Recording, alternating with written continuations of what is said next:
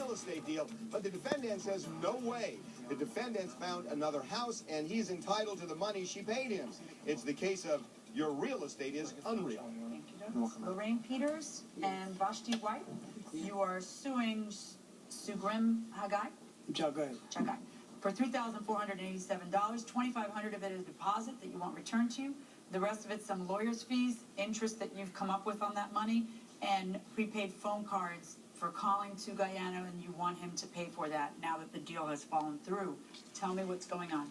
Mr. Jagai was selling a property back in Guyana. We both from Guyana. Both sides are from Guyana? Yes. All right. And we decided to purchase the property. Okay, now I'm a little bit confused. Who owns the property? You do or the government does? I own the property, but it was leased to us from government. The land belongs... You? Wait a minute. How do you own the property if it's leased to you by the government? I own the house. The land belongs to the government. Okay. It's leased to us. Okay. And so what is it he was selling you? The house? It's the house and the land. But how do you sell the land if you don't own it? Well, we can transfer. That is what we... Right. You know that because that's part of what's in the contract. So apparently you guys know. I'm just someone who doesn't know. Right. Okay. So you're able to sell it, and then what happens when the lease is up?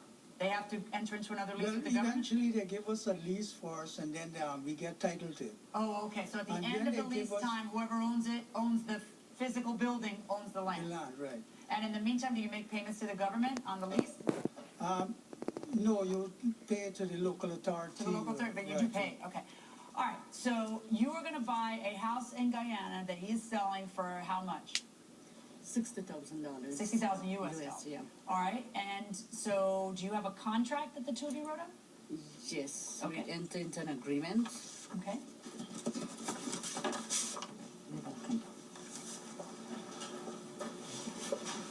So this was entered into, oh my gosh, in 2006?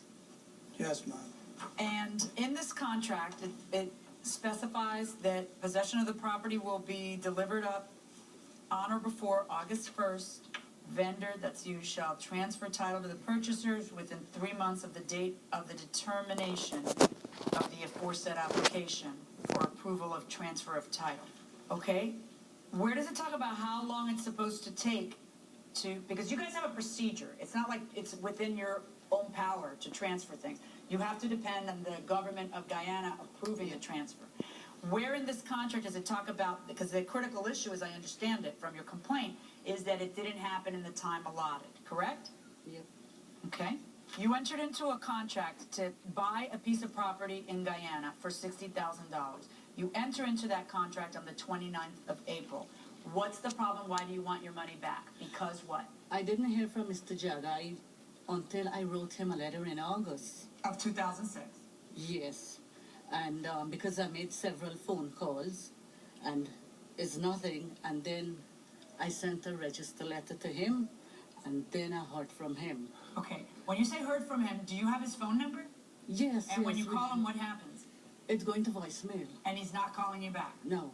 And you're leaving him messages? Yeah. And then you send him a certified letter saying what? Is that we made an agreement for purchase of the property, and I'm not hearing anything from you. My ex-husband didn't hear anything from his power of attorney home. And it was like 3 months and like almost 2 weeks. So then I said, but nobody was there from my side who the land was to be transferred to.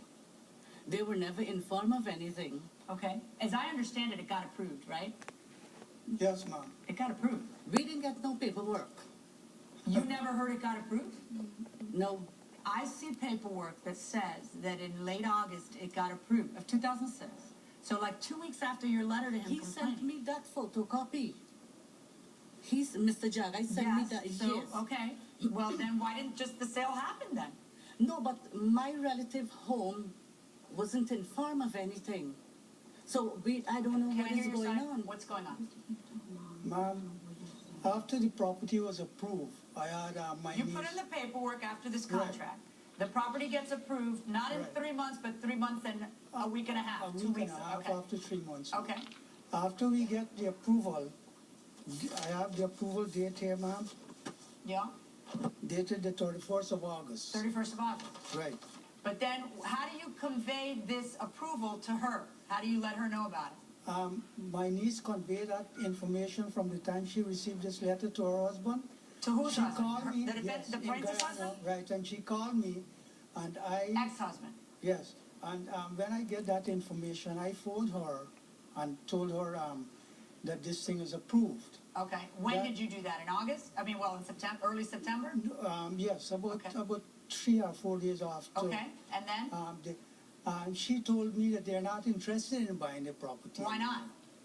Ma'am, as I understand that while they had this agreement with me, they went and purchased a house in the village where her husband was living. Ah. So they didn't want to buy the property anymore. Okay. They want me to give them back their advance. I told them I made 2 trips to Guyana in connection with this, boarding and lodging. I had to pay for property valuation, processing fee.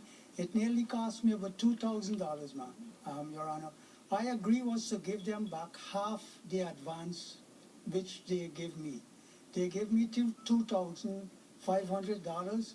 I was willing to give them back half. They refused. And they refused that. Right. That If- may not if have you been too can- good an idea. I Ma'am- want to give you a chance to Ma'am- persuade me of something. Stop. Will the broker be broke by having to return nearly $3,500 to the plaintiffs? Judge Millian rules next.